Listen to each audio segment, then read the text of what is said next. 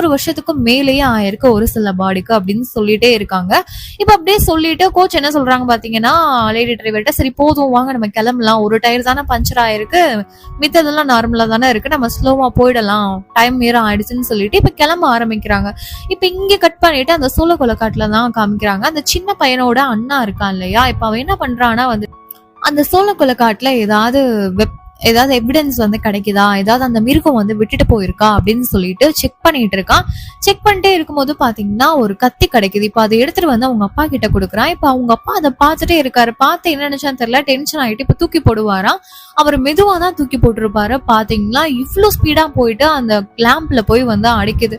இப்ப யோசிக்கிறாரு, இதுவே வந்துட்டு இவ்வளவு ஸ்ட்ராங்கா இருந்துச்சுன்னா அந்த மிருகம் வந்து எவ்வளவு ஸ்ட்ராங்கா இருக்கும்.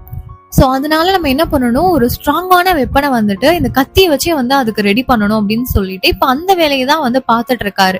இப்ப பாத்துட்டே இருக்கும் போது இவங்க தாங்க நம்ம ஹீரோயின். இப்ப இவங்க அப்படியே படுத்து தூங்கிட்டு இருக்கும்போது பாத்தீங்கன்னா இவங்களுக்கு வந்து ஒரு கனவு வருது. இந்த பஸ்ல தான் அவங்க போயிட்டு இருக்காங்க. போயிட்டு இருக்கும்போது பாத்தீங்கன்னா ஒரு பையனை பாக்குறாங்க. இவன் யாருன்னு தெரியுது இல்லையா, நம்ம ஃபர்ஸ்ட் வந்து காமிச்சிருப்பாங்க இல்லையா நம்ம ஹீரோ, அவர் தான். இப்ப இவர் சோளக்கொல்லை காட்டுக்குள்ள வந்துட்டு இப்படி கையை காமிச்சிட்டு இருக்கான். இவங்க வந்து ஒண்ணுமே புரியாம பாத்துட்டே இருக்காங்க.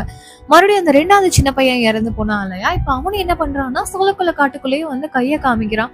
இவங்க என்னன்னு சொல்லி பார்த்துட்டே இருக்கும்போது பாத்தீங்கன்னா கொஞ்ச நேரத்துல இவங்க கண்ணெல்லாம் கலங்கும் பாருங்க. அந்த ஜீப்பஸ் கிரீப்பர்ஸ் தான் அப்படி ஓடி வருது, இந்த பஸ்ஸை நோக்கி வேகமா ஓடி வருது. பாத்தீங்கன்னா கையில வந்துட்டு எதையோ தூக்கி இப்படி அடிக்குமா, மறுபடியும் டயர் பஞ்சர் ஆகுது. இங்க